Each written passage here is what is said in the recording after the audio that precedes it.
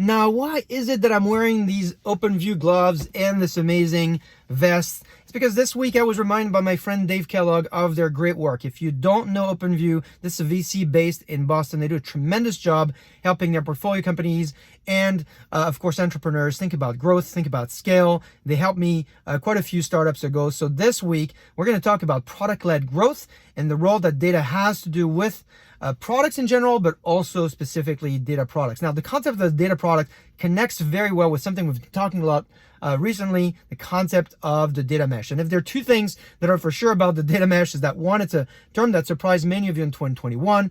It's one that you expect to debate in 2022, at least if you look at the surveys that I just closed on my blog down here. And then finally, there's a lot of contention around this term. What is the data mesh? Why is it new? Why does it matter? All great questions. One word of caution, as you might expect me to say, watch out for vendor speak, those blogs, those vendor webinars that are trying to redefine the term, and the process might confuse people. So if you don't know anything and if you feel confused, always go back to the source. The source is Jamak. That's the person who wrote the original paper on the data mesh. And the reason for I'm mentioning her is because my friend Joe and Matt of the Monday morning data chat are interviewing her this month, and she's going to talk about this. And I want to invite you to subscribe to the podcast, particularly because on January 31st, I will be also on that chat to double click under this concept and talk about how this fits with your current architecture and your go-to architecture and its modernization. So I look forward to that,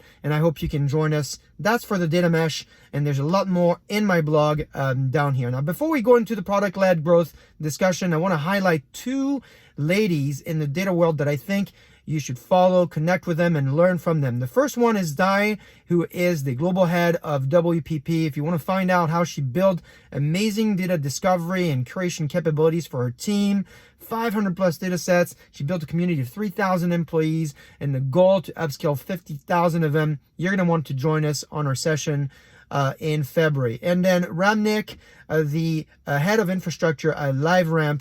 Her team modernized 100,000 applications, manages 30 petabytes of data across 160 data providers. It's an amazing story on how she got it done. That's a data journey that we did this week.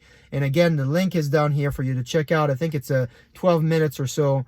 Just really a lot of great guidance.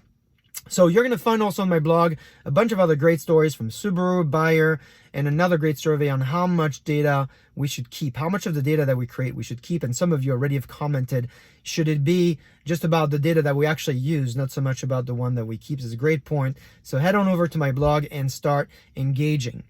Also, because if you go to my blog and if you scroll all the way down to the blog, you're going to find the section on this concept of the product-led growth. What the heck is product-led growth? Now, put simply, this is my definition, and a simple definition is that when you're able to orchestrate growth through the usage of your product. Remember when I was at Alpine Data Labs, collaboration between data engineers and data scientists mattered a lot. So that's why we built a whole suite that had capabilities to enable that. If you're in the data analytics world, you know that your business analysts need to collaborate with others, but they also need to collaborate with their bosses. So the ability to build this kind of usage and high stickiness of your product creates a common framework for users to interact within your product. They can generate value, and that's how you make sure that you're producing value through your product as well. Now, when you hear a PLG, you're going to hear a lot about demos and trials as engine of growth, and that's definitely part of it, but I want to invite you to think about product-led growth as more than that. Of course, it's about acquiring people, it's about converting people, but more importantly, maybe it's about expanding the use of your products. And here I'm talking about straight utilization of your product even after it's purchased. This is an important switch, I think, because if you think about the world of software, we've gone from a world where it was bought by executives and licensed at a term, then it was maybe licensed as a subscription by teams, and now we're in a phase where it's actually being used by users, and you want to start measuring, well, how they get value to that. What is their time to wow? What features keep them engaged? What leaves them disengaged? And it's critical to understand that, and that's where, as a product manager, you're going to love that because you are going to love the data that is connected to this usability. So it's a direct connection to your customers through their journey, through their usage pattern. There's a lot of literature on PLG. People are going to say, well, who owns product-led growth? Is it marketing? Is it the growth team? Is it the sales team? And I'm going to give it to you straight. If you're a product manager, look at me. You are responsible for product-led growth. You own it. You're the CEO of the product. You're the CEO of the business. In 2022, you're in a great position to make it happen. In fact, one of the resources I'm going to give you to read, if you're a product manager, is one of my favorite blogs from Ben Horowitz called Good Product Manager, Bad Product Managers. It's dated of 2012. So it's 10 years old, but it was very precise when he wrote it. And I can tell you, it was very useful for me when I got started as a product manager. I printed this out and I had that on my wall in front of my desk. So it's a critical thing to understand. And to close the loop on where we started, the data mesh is not the end state of your organization. If you read the Zermach's paper, and if you're a practitioner yourself, you know that you're using the concept, the organizational concept of the data mesh, so you can get to building repeatable data products, anomaly detection, propensity to buy, fraud analytics.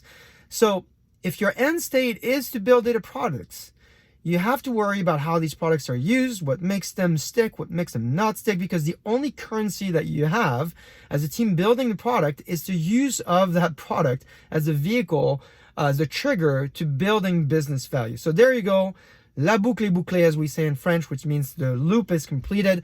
This is how the data mesh and data products connect, and how product-led growth connects. I think if you're building data products inside your organization, you're a product manager, so you have to understand that. And it's really an important concept so you can make better products. I hope this quick overview was useful to you. Have a powerful week, and I will see you next week.